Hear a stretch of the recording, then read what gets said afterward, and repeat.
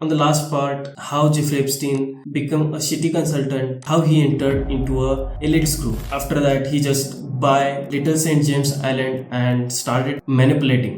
1000 से भी ज्यादा विक्टिम्स, कुछ लड़कियां 15 साल की थी, कुछ लड़कियां 10 साल की थी. Everyone was on Jeffrey Epstein's island. Jeffrey Epstein ने ना कि सिर्फ अपने परवर्टेड डिजायर्स पूरे करने के लिए बट उन बच्चों को सेक्सुअली एक्सप्लॉइट करने के लिए और उन सभी बच्चों की उसने जिंदगी बर्बाद की थी. इन बच्चों को सेक्सुअली अब्यूज करने के लिए जेफरी एप्स्टीन प्राइवेट जेट्स में से अपने आइलैंड पे लेके आता था. California, Florida, America, massage jobs के नाम पे इन लड़कियों को लिटिल सेंट जेम्स आइलैंड पे लाया जाता था और मसाज जॉब के नाम पे ही इन लड़कियों को जाता था फॉर द अपकमिंग क्लाइंट्स जो जेफरी एप्स्टीन के पास आ रहे थे उनके सेक्सुअल डिजायर्स पूरे करने के लिए.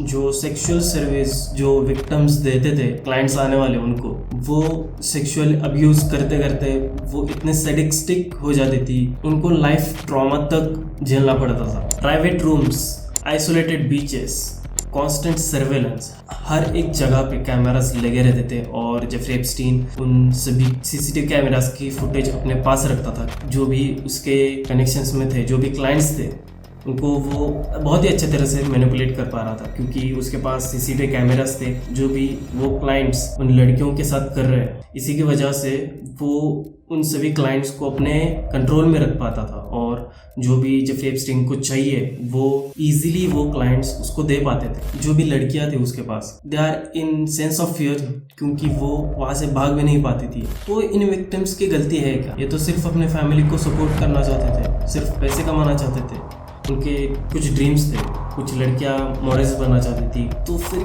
कैसे जेफरी एप्स्टीन ने इन सारी लड़कियों को के अंदर फंसाया, यूज किया, कैसे इन लड़कियों को ग्रूम किया और कैसे किया. इस एपिसोड में यही हम ब्रेक डाउन करेंगे कि कैसे लड़कियों को उनको फंसाया जाता था, सेक्सुअली अब्यूज किया जाता था, उसके बाद इस आइलैंड पे लेके आया जाता था. क्लाइंट्स के जो भी डिजायर्स थे उनको कैसे कंप्लीट किया जाता था. How the Jeffrey Epstein choose the victims, what was the trade जो जेफरी अपने विक्टिम्स में देखता था, कैसे उनको मैनिपुलेट करके उनको ग्रूम करता था, कैसे जेफरी एप्स्टीन ने खुद का एक एक्सप्लॉयटेशन रिंग बना लिया था जिसके अंदर वो सभी क्लाइंट्स को सर्विसेज प्रोवाइड करता था. And there is one main question is, और इस एक्सप्लॉयटेशन सर्कल में से सबसे पहली विक्टिम कौन थी?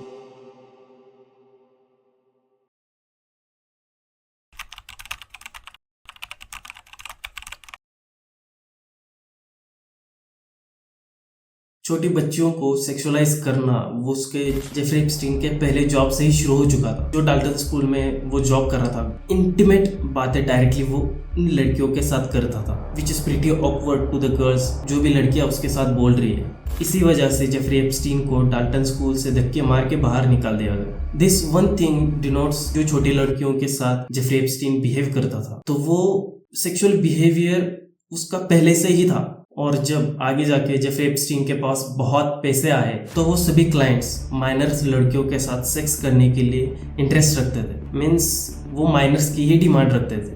मोस्टली क्लाइंट्स को माइनर्स को ही एक्सप्लॉइट करना रहता था. सिंपल लैंग्वेज में ही जेफरी एप्स्टीन खुद ही एक सिक जिसको अपने विक्टिम्स को टॉर्चर करने में बहुत ही ज़्यादा मज़ा आता था. जो भी पीडोफिल्स होते हैं उनके डिज़ायर्स होते हैं कि they feel strong, they feel controlled जिस माइनर्स के साथ वो सेक्स कर रहा है, और जो भी छोटी लड़कियां हैं उनके साथ वो सेक्स कर रहा है, उनको कंट्रोल में रखना, यही पेडोफिल का एक डिज़ायर होता है. और इसी की वजह से उनको माइनर्स की तरफ अट्रैक्शन फील होता है. और पूरे इस केस में सिर्फ कंट्रोल ही नहीं होता, तो वो पावर डायनामिक्स होते हैं जो कि उन लड़कियों को मार के क्लाइंट्स के जो भी सेक्सुअल डिज़ायर्स है वो पूरे किए जाए. उन्हें लगता है कि वो छोटी बच्चियों को कंट्रोल में रख सकता है, जो कि एडल्ट वुमेन के साथ नहीं होता. पेडोफिल्स के लिए अपने विक्टिम्स को कंट्रोल में रखना बहुत ही ज़्यादा इम्पोर्टेंट होता है. और जब वो कंट्रोल करते हैं तब जो विक्टिम्स होते हैं, जब वो चिल्लाती है तब पेडोफिल्स बहुत ही ज़्यादा अग्रेसिव हो जाते हैं और उनको अच्छा भी लगता है.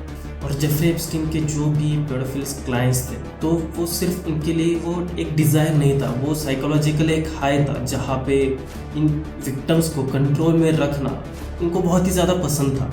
और वो पेडोफिल क्लाइंट्स खुद ही अपने विक्टिम को चूज़ करते थे by just watching their behaviours, और उन्हें लगता था कि she was the perfect victim for me and they just do sexual acts which represents a domination. और Jeffrey Epstein in psychological highs में इतना ज़्यादा इवॉल्व हो चुका था कि उसने ट्रेड्स बनाए रखे थे, कैटेगरीज बनाए रखी थी। जो भी विक्टिम्स है उनको इन ट्रेड्स में, इन कैटेगरीज में रहना बहुत ही ज़्यादा ज़रूरी था, क्योंकि जो भी क्लाइंट्स जेफरी एप्स्टीन के पास आते थे वो क्लाइंट्स उसमें से ही उनको बहुत ही ज़्यादा पसंद आते थे। और जेफरी एप्स्टीन उन्हीं ट्रेड्स में इन लड़कियों को ट्रेन करता था। Traits which are vulnerability, financial struggle, broken families, ambitions, young girls, इन्हीं ट्रेड्स में से लड़कियों को चूज करता था। Because Jeffrey Epstein emotionally weak, financially unstable लड़कियों को ही अपना विक्टिम बनाता था। वही टारगेट्स थे जेफरी एप्स्टीन के लिए। इन लड़कियों को पैसे कमाना ये बहुत ही ज्यादा इंपॉर्टेंट रहता था। They just want a one income source which helps them to stabilize their family और देयर लाइफस्टाइल। और इन्हीं इमोशनली वीक लड़कियों को मैनिपुलेट करना जेफरी एप्स्टीन के लिए बहुत ही आसान था।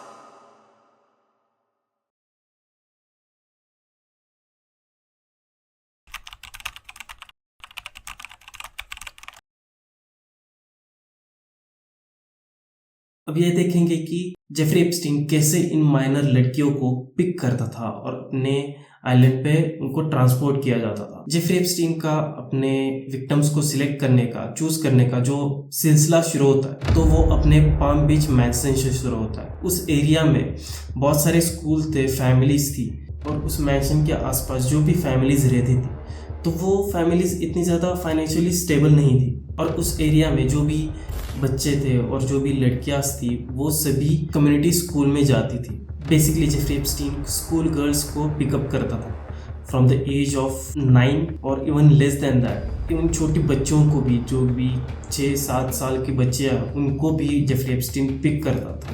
बट जेफरी एप्स्टीन विक्टिम्स को टारगेट वो खुद नहीं करता था। उसकी एक अलग टीम थी जो ये 4 को कॉन्स्पिरेटर्स थे, गार्डन में या फिर स्कूल एरियाज में जाके उन विक्टिम्स को चूज करते थे। और सबसे पहले जो को कॉन्स्पिरेटर है वो है गिस्लेन मैक्सवेल।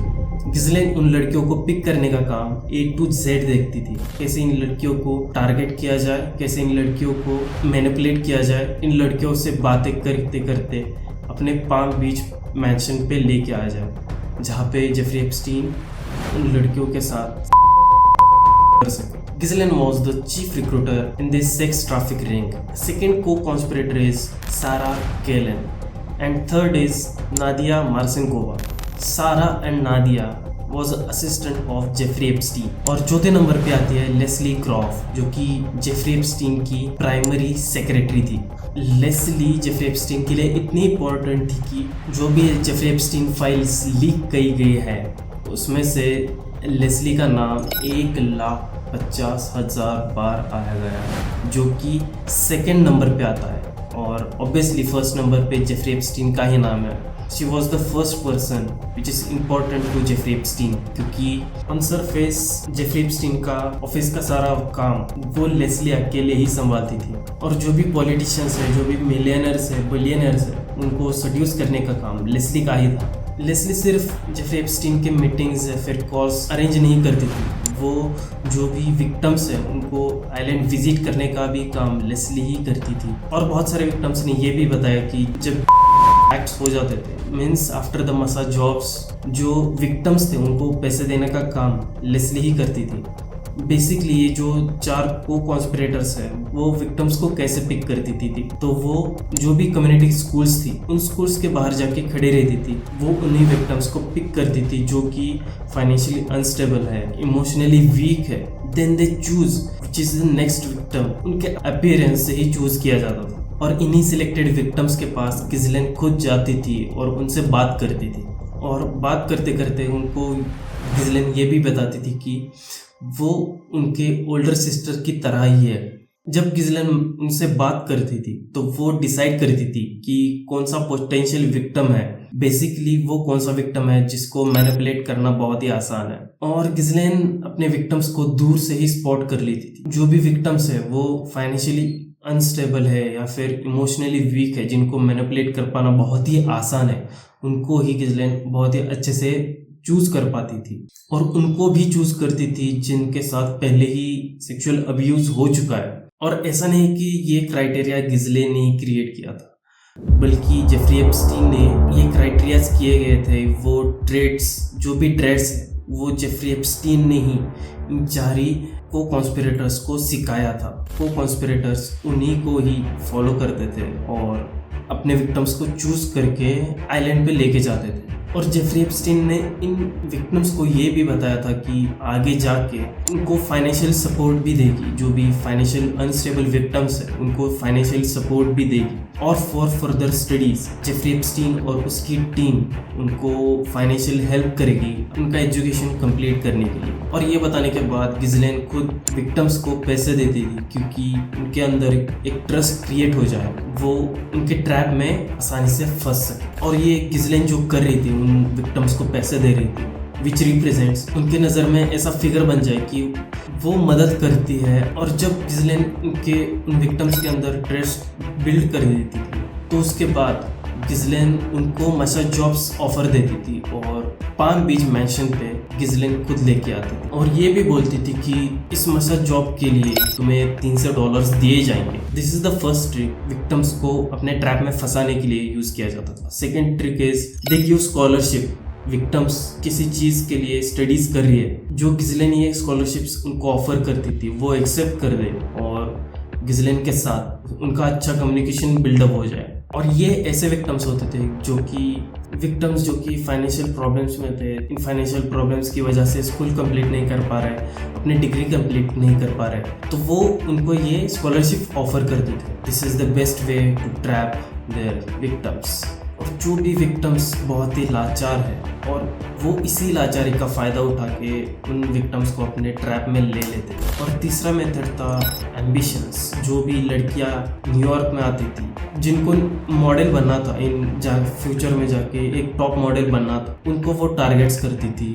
और जो ये थर्ड टैक्टिक था वो सबसे ज़्यादा जेफरी एप्स्टीन के न्यूयॉर्क मैंशन में यूज़ किया जाता था। द मेन रीज़न इज सभी मॉडल्स को पता था कि Jeffrey Epstein has a connection with Victoria Secrets. और जो ये थर्ड टैक्टिक था उसमें एक विक्टिम भी फंस चुकी थी, जो कि थी Kiki Doe. She was 19 year old. She lives in models apartment in midtown in New York. उसने बहुत सारे दिए, मॉडलिंग इंटरव्यूज दिए, but she has a dream to she wanted to become a next top model। और modelling industry Jeffrey Epstein के लिए एक easy target भी था। इसी में ही किकी डोई आसानी से फंस चुकी थी। और न्यूयॉर्क एक ऐसा प्लेस था कि जो कि एम्बिशियस वुमेन्स है जिनको टॉप मॉडल्स बनना है, तो वो सभी मॉडल्स न्यूयॉर्क में आती थी और बहुत सारे मॉडल इंटरव्यूज भी देती थी। तो पार्ट टाइम जॉब करने के लिए एक कैफे में काम करती थी, जहाँ पे सिर्फ एक्ट्रेस और मॉडल्स को ही हायर किया जाता था। Then Kiki Doe meets Ghislaine. It's a great opportunity, you can give a massage to our clients. उसको $300 भी गिजलेन ने ऑफर किए थे और बोला था कि तुम मसाज दे सकती हो जो भी विक्टिम्स थी मॉडल इंडस्ट्री में। तो गिजलेन उन मॉडल्स को ये बताती कि she has a friend which connected with super models. Ghislaine के जो फैशन इंडस्ट्री है उनके साथ बहुत ही अच्छा टाइप है। इसी वजह से गिजलेन किकी को ऑफर करती है $300 मसाज जॉब 11 आफ्टरनून, जो मैंशन न्यूयॉर्क में है वहाँ पे जेफरी एप्स्टीन के साथ, जहाँ पे किकी जेफरी एप्स्टीन को मसाज देगी। She was at 11 afternoon on the door. She knocked it and maid comes in and take her inside his mansion and Kiki को सेकेंड फ्लोर पे लेके जाती है अपनी मेड और वहाँ पे उसको बिठाती है। और कुछ ही मिनट्स में जेफरी एप्स्टीन टॉवेल लगा के बाहर आता है। There was a silence. Jeffrey Epstein उसके साथ बातें करना शुरू कर देता है। At one point Jeffrey Epstein कुछ ही मिनट के बाद किकी को बोलता है कि तुम अपने कपड़े उतारो। उसके बाद जेफरी एप्स्टीन सेक्सुअली किकी को अब्यूज करता है और जब ये मसाज हो जाता है किकी को $200 दिए जाते हैं। जैसे वो काम हो जाता है किकी डायरेक्टली अपनी माँ को कॉल करती है और रोने के लिए शुरू कर देती है। गिजलेन हर एक मॉडल को, जो भी उसके टारगेटेड विक्टिम मॉडल्स थी, गिजलेन उन विक्टिम मॉडल्स को ये बोलती थी कि जेफरी के साथ ज़्यादा क्लोज आ जाओगी, उसके साथ बहुत ही अच्छा कनेक्शन बना पाओगी तो तुम अगले टॉप मॉडल भी बन सकती हो। और ये सिर्फ 4 ही रिक्रूटर्स नहीं थी। There was one more man. जब भी गिजलेन पार्टीज में जेफरी एप्स्टीन को लेके जाती थी, तब गिजलेन जेफरी एप्स्टीन को ब्रूनल के साथ इंट्रोड्यूस करवाती है, which was the great thing for the Jeffrey Epstein, क्योंकि ब्रूनल मॉडलिंग एजेंट था और इसी की वजह से जेफरी एप्स्टीन ने बहुत ही अच्छे से फायदा उठाया, जो कि फ्रांस से जो भी मॉडल्स फ्रांस में थे, उन फ्रांस मॉडल्स को सप्लाई कर दिया जाता था टू द जेफरी एप्स्टीन्स आइलैंड, और आगे जाके इस सेक्स ट्रैफिकिंग का पार्ट भी बन जाता है। डच फॉर्मर मॉडल थी थीसिया ह्यूसमैन, जिसने एलिगेशंस लगाए थे कि ब्रूनल ने उसको ड्रग्स दिए थे और उसका किया था जब वो 19 साल की थी। और उसके बाद जो वर्जिने है, जिसने ये बोला था कि ब्रूनल ने उसके साथ फोर्सफुली सेक्स करने का भी ट्राई किया था। तो सिर्फ वो 4 ही को कॉन्स्पिरेटर्स नहीं थे, जीन ल्यूक ब्रूनल भी सप्लायर था, जो कि फ्रांस से लड़कियों को जेफरी एप्स्टीन के आइलैंड पे भेजता था।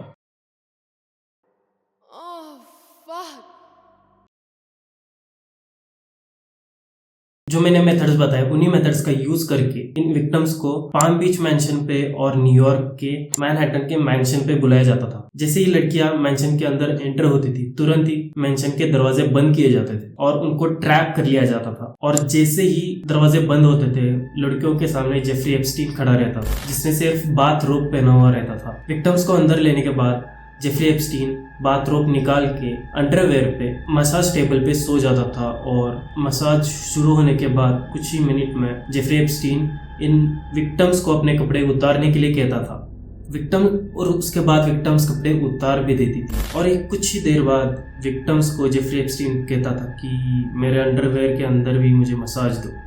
ऑब्वियसली विक्टिम्स अनकंफर्टेबल हो जाती थी, बट वो डरी हुई रहती थी in front of the Jeffrey Epstein, क्योंकि मैंशन के दरवाजे बंद किए रहते थे। जो भी जेफरी एप्स्टीन इन लड़कियों को अपने कमांड्स देता था, वही उन लड़कियों को फॉलो करने पड़ते थे। Those girls have sense of fear, आगे जाके कोई प्रॉब्लम ना हो, क्योंकि they wanted to become a super model और they just trapped because of the scholarships. उसी रीजन की वजह से ये लड़कियां, वो जो बोलता है वो ऑर्डर्स उनको फॉलो करने पड़ते थे। ना ही उन्हें मसाज के पैसे मिलेंगे, और इन फ्यूचर जो भी नेटवर्किंग अपॉर्चुनिटीज आने वाली है उनको, वो भी उनको नहीं मिलेगी। और जैसे ही जेफरी एप्स्टीन इन मसाज से बोर हो जाता था, तो वो उन लड़कियों को टच करने लगता था। जेफरी एप्स्टीन उन लड़कियों के प्राइवेट स्पॉट टच करता था और कभी कभी वाइब्रेटर्स भी यूज करता था। जेफरी एप्स्टीन की मसाज बेसिकली इजैकुलेशन से खत्म होती थी। जब जेफरी के विक्टिम्स अनकंफर्टेबल फील करते हैं, तब जेफरी ये बोलता है कि एलिट सर्कल में ऐसे ही मसाज दी जाती है। बिकॉज ऑफ दिस वो सभी लड़कियां जैसे जेफरी एप्स्टीन बोल रहा है वैसे ही मसाज जेफरी एप्स्टीन को देती थी। ये बात सिर्फ जेफरी एप्स्टीन ही नहीं कहता था। मसाज शुरू होने से पहले गिज़लेन मैक्सवेल भी इन लड़कियों को वही बताती थी कि एलिट सर्कल्स में, रिच सर्कल्स में ऐसे ही मसाज दिए जाते हैं। सेशन खत्म होने के बाद विक्टिम्स को $300 दिए जाते थे। इन सेशंस में जो विक्टिम्स होती थी वो एप्स्टीन के साथ अकेले नहीं होती थी, उनके साथ और भी कई विक्टिम्स खड़ी रहती थी, और इन विक्टिम्स के सामने ये मसाज दी जाती थी, और गिज़लेन मैक्सवेल भी इसमें इंक्लूडेड रहती थी। जो विक्टिम थी वो अकेले सिर्फ जेफरी एप्स्टीन के साथ नहीं रहती थी, उस रूम्स में बहुत सारी अदर विक्टिम्स भी थी इन अंडरवेयर, जो इन्हीं सभी मसाजेस को देख रही होती थी। और गिज़लेन मैक्सवेल उसी रूम में भी थी। वो सिर्फ देखती नहीं थी, वो डायरेक्ट भी करती थी कैसे मसाज देना है। उसके साथ साथ गिज़लेन मैक्सवेल इन सभी विक्टिम्स को दूसरे रूम में अब्यूज करती थी। Even Ghislaine Maxwell is a copy of Epstein. Ghislaine Maxwell और जेफरी एप्स्टीन ये दोनों भी उन सारे विक्टिम्स को अब्यूज करते थे।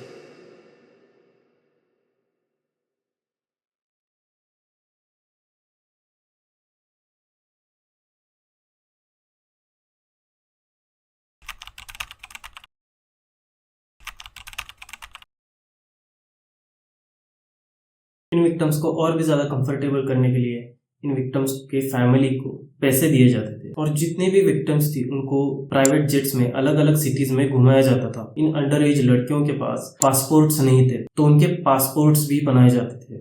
अब सवाल ये आता है कि इन सभी माइनर्स के साथ जो सेक्सुअल एक्ट हो चुका है, तो फिर इनको कंफर्टेबल क्यों फील कराया जा रहा है? इन सारे विक्टिम्स को कंफर्टेबल फील कराया जाता था क्योंकि इन सभी विक्टिम्स को फाइनल डेस्टिनेशन तक पहुंचाया जा सके, which was Little Saint James island.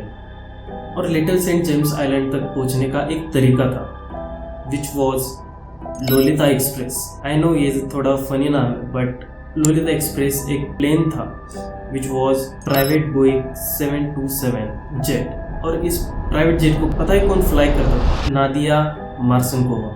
Nadia की खुद की बैक स्टोरी बहुत ही ज्यादा सैड है। नादिया खुद एक विक्टिम है जेफरी एप्स्टीन की। नादिया के डैड ने नादिया को जेफरी एप्स्टीन को सेल कर दिया था।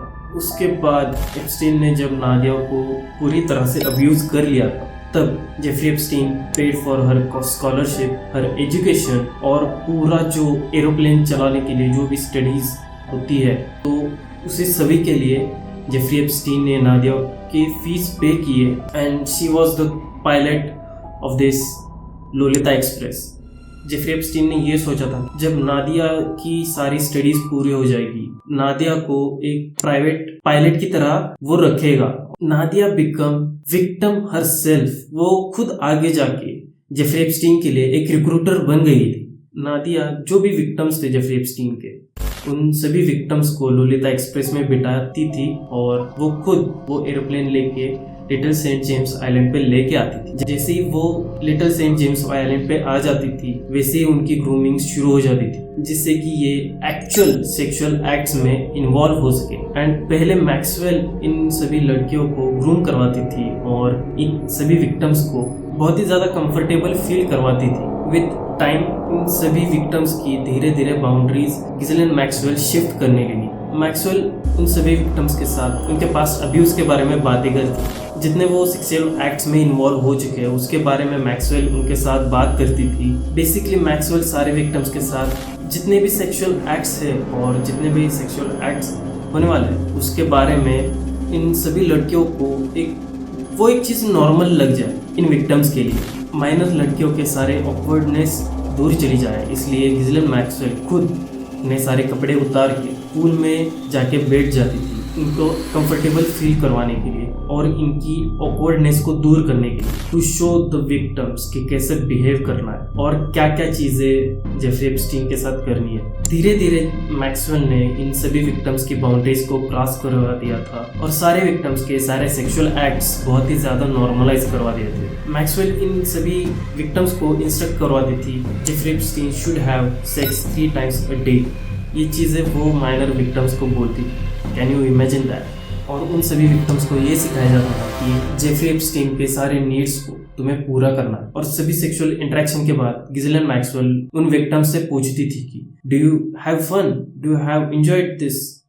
और ग्रूमिंग इतने लेवल तक पहुंच चुकी थी कि उन सभी लड़कियों को लगता था कि Jeffrey Epstein was intelligent guy जिसको सभी उसकी नीड्स पूरे करनी चाहिए और जेफरी एप्स्टीन बहुत ही ज्यादा ग्रेट ह्यूमन बीइंग है। किसी वजह से जेफरी एप्स्टीन को खुश नहीं है तो वो सारी की सारी गलती विक्टिम्स की ही होंगी, ऐसे भी उन विक्टिम्स को लगता था। Even if they give their full potential, if any reason Jeffrey Epstein was sad, then उन सभी विक्टिम्स को ये लगता था कि वो उनकी ही गलती है। इस लेवल तक उनकी ग्रूमिंग हो चुकी थी और जेफरी एप्स्टीन को एक इंटेलिजेंट मैन वो लड़कियां सभी समझती थी और ये माइंडसेट मैक्सवेल ने उन विक्टिम्स के अंदर क्रिएट किया था। और जो ये ग्रूमिंग हुई थी वो सिर्फ जेफरी एप्स्टीन के लिए नहीं थी, बल्कि वो सभी ग्रूमिंग्स उनके जेफरी एप्स्टीन के सारे क्लाइंट्स, जो भी पॉलिटिशियंस थे, जो भी बिलियनर्स थे, मिलियनर्स थे, स्पोर्ट्स प्लेयर थे, उनके लिए ये ग्रूमिंग की गई थी। और जो ये क्लाइंट्स थे, जो बिलियनर्स थे, वो सभी लोग इस लिटिल सेंट जेम्स आइलैंड पे आया करते थे। बेसिकली इन सभी विक्टिम्स को रिच एंड पावरफुल लोगों के लिए ट्रेड किया जाता था। जितने भी उस आइलैंड पे विक्टिम्स थे उसमें से एक थी वर्जीनिया, और वो ये कहती है कि I was pass around like platter of fruits to Epstein powerful associates and take her around the world in the private jets. यहाँ तक वर्जीनिया ने ये भी बोला कि अराउंड मार्च 2001 तक she was illegally traffic to prince Andrew.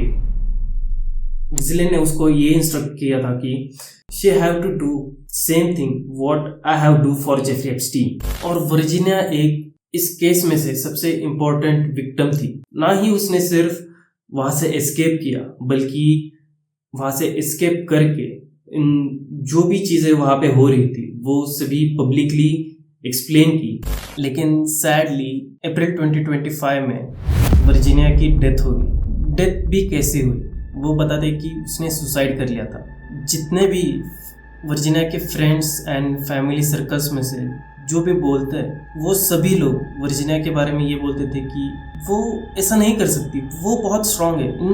उन सभी फ्रेंड्स एंड फैमिली में से वो सबसे ज़्यादा स्ट्रांग थी। वो सारे लीगल केसेस लड़ रही थी, वो हर चीज़ संभाल रही थी।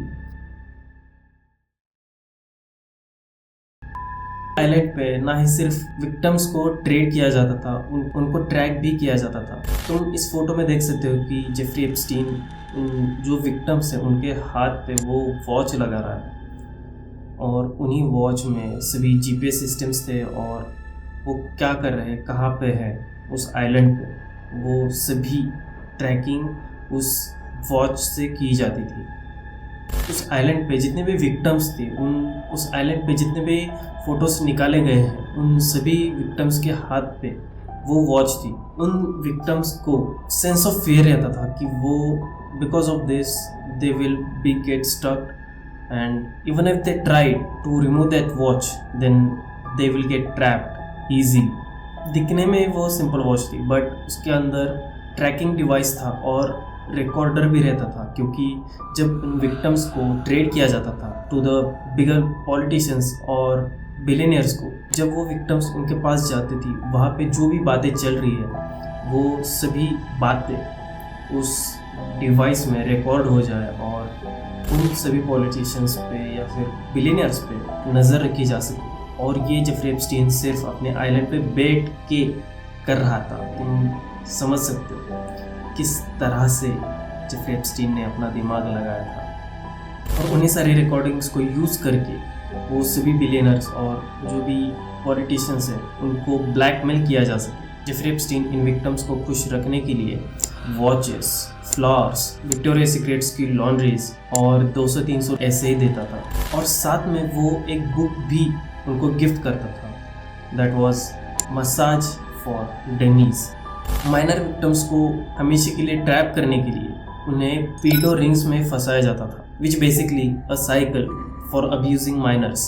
यहाँ पे पिरामिड ऑफ अब्यूज टैक्टिक्स का यूज़ किया जाता था। बेसिकली इसका मतलब था कि जितने भी ओल्ड विक्टिम्स थे वही नए विक्टिम्स को रिक्रूट करते थे और वो जो पुराने वाले विक्टिम्स थे वो ये सोचते थे कि इन फ्यूचर वो रिप्लेस हो जाएंगे इन नए विक्टिम्स के साथ। बट इन रियलिटी वैसा कुछ भी नहीं था। पुराने विक्टिम्स थे उनका यूज़ करके और भी माइनर लड़कियों को ट्रैप करके अपने आइलैंड पे लेके आया जाता था और उनका अब्यूज़ किया जाता था, ट्रेड किया जाता था और ट्रैक भी किया जा सकता था। और इसी तरह से इनका एक पिरामिड स्कीम चलता था। जो ऑलरेडी अब्यूज लड़कियां हैं वो नई लड़कियों को क्यों लाएंगी, तो उन पुराने वाले विक्टिम्स को ये कहा जाता था कि तुम जितने ज़्यादा विक्टिम्स लाओगे तो तुम्हें उतने ज़्यादा पैसे दिए जाएंगे। इन सेंस ऑफ फियर वो ये स्टेप लेने के लिए भी तैयार थी और वो ये भी सोचती थी कि वो रिप्लेस हो जाएंगी किसी नए विक्टिम्स के बदले।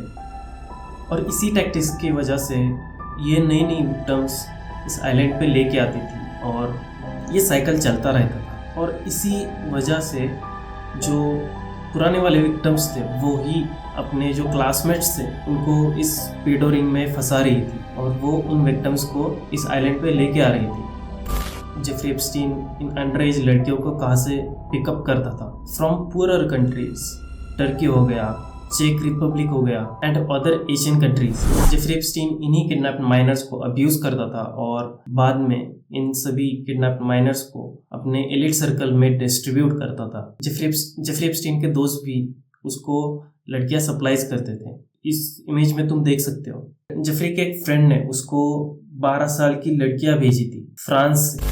और उसके बाद जब जेफरी एप्स्टीन ने इन सभी फ्रांस लड़कियों को अब्यूज कर लिया तो उनको वापस से फ्रांस भेज दिया। तो तुम समझ रहे हो कि यहाँ पे जो अब्यूज करने का सिस्टम था वो इतना ज़्यादा डेवलप हो चुका था। जेफरी के दोस्त अलग अलग कंट्रीज से जेफरी को सप्लाई कर रहे थे। ऐसा लग रहा है कि यहाँ पे जो विक्टिम्स हैं उनको इंसान ही नहीं कंसीडर करा जा रहा, वो सिर्फ एक खिलौने हैं।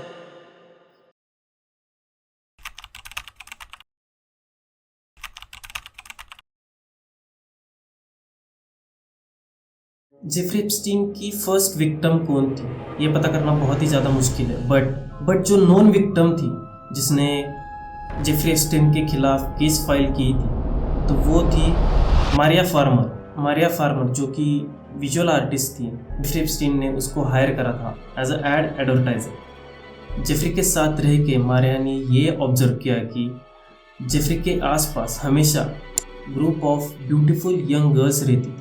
Beautiful young girls under as लड़कियाँ होती थी। गिज़लेन मैक्सवेल हमेशा ही ड्यूटी पे रहती थी उन छोटी लड़कियों को संभालने के लिए। मारिया ने ये ऑब्जर्व किया कि एप्स्टीन के प्राइवेट रूम्स में हमेशा से ही नूड गर्ल्स की फ़ोटोज़ लगी रहती थी, एंड जितने भी बाथरूम्स थे और प्राइवेट एरियाज थे उन सभी जगह पे हेवी सीसीटीवी सर्वेलेंस कैमरास लगे हुए रहते थे। जेफरी एप्स्टीन उन सभी कैमरास को अपने बेडरूम से बैठ के देखता था।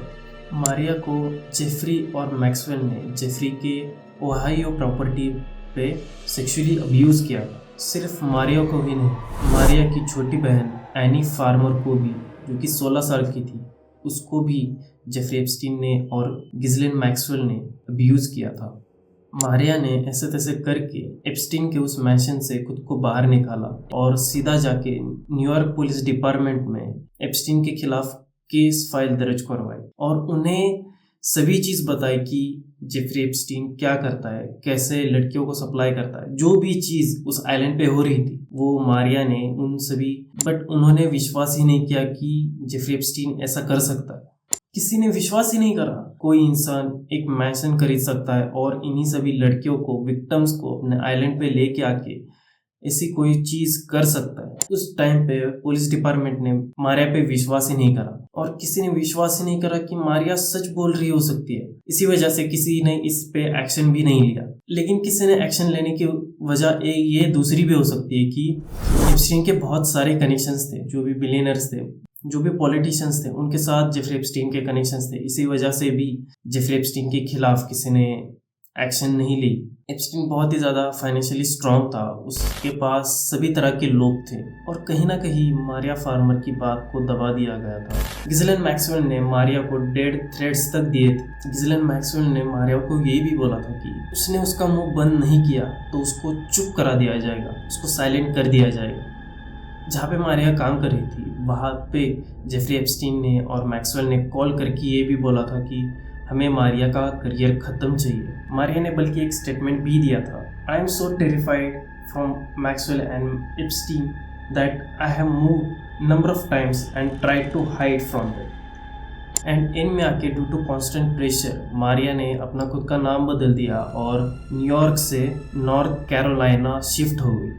जेफरी एप्स्टीन के पास इतना पैसा था कि वो ultra extreme expensive sex worker को हायर कर सकता था, बट उसने ये नहीं किया। उसने हमेशा टारगेट्स अपने माइनर्स पे ही रखे, बल्कि उसने वल्नरेबल और इमोशनली डिप्रेस्ड विक्टिम्स को ही अपना टारगेट बनाया, क्योंकि Jeffrey Epstein is a monster.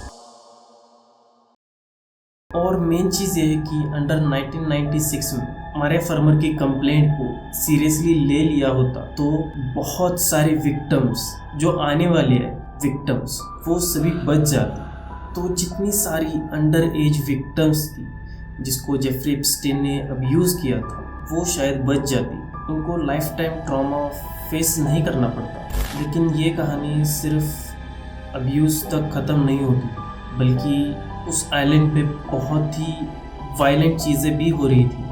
Island पे सिर्फ अब्यूज़ नहीं हो रहा था। मैं तुम्हें आगे आने वाली एपिसोड्स में बताऊंगा कि जेफरी एप्स्टीन ने और भी क्या चीज़ें की, और इसमें ये भी मेंशन हो सकता है कि वो सिर्फ उन लड़कियों को किडनैप नहीं करता था, उनको ड्रग्स भी दिए जाते थे। ऐसा कोई आदमी without using drugs in victims को अपने कंट्रोल में ले सकता है। ये हो सकता है, इट्स पॉसिबल। उन विक्टिम्स को ड्रग्स भी दिए जा सकते हैं। वो सारी रिचुअल्स, सिर्फ ये चीज़ यहाँ तक नहीं ख़त्म होती। उस आइलैंड पे कुछ अलग भी हो रहा था जो कि रिप्रेजेंट करता है रिचुअल्स को। That was those rituals are literally horrifying. और ये जो रिचुअल्स करे जा रहे थे वो सारे सैतानिक रिचुअल्स थे। तुम जब ये देखोगे तो तुम्हारे लिटरली होश उड़ जाएंगे और तुम्हें कहीं ना कहीं ये भी लगेगा कि हम कलयुग में ही जी रहे हैं।